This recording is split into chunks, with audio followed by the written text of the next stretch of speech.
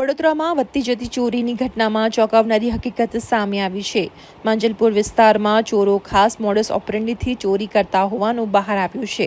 માંજલપુર વિસ્તારમાં આવેલી કબીર સોસાયટીમાં ચોરો પહેલા બાઇક પર આવી રેકી કરે છે અને જે ઘરો બંધ છે તે ઘરોમાં રાત્રે મહેમાન બની હાથ સફાઈ કરતા હોવાનું સામે આવ્યું છે. ચોરીમાં ચડ્ડી બડ્ડી ગેંગની સંડોવણી હોવાનું પણ જાણવા મળ્યું છે. વધતા ચોરીના બનાવોથી સ્થાનિક લોકોમાં ભયનો માહોલ વ્યાપ્યો છે.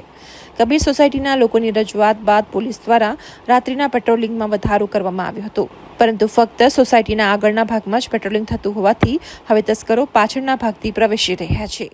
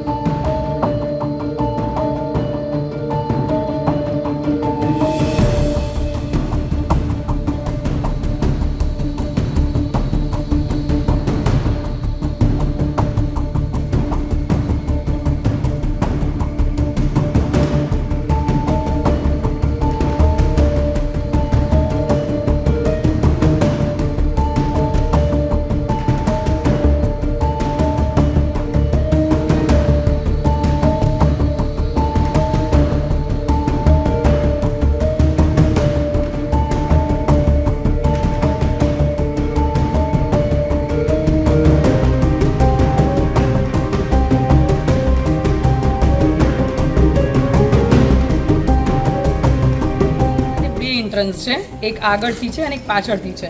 પોલીસને સોસાયટીના લોકોએ પણ અને જે દૂધવાળા આવે છે, પેપરવાળા આવે છે, બધાએ જોયા છે કે આગળ બેઠેલા જ હોય છે.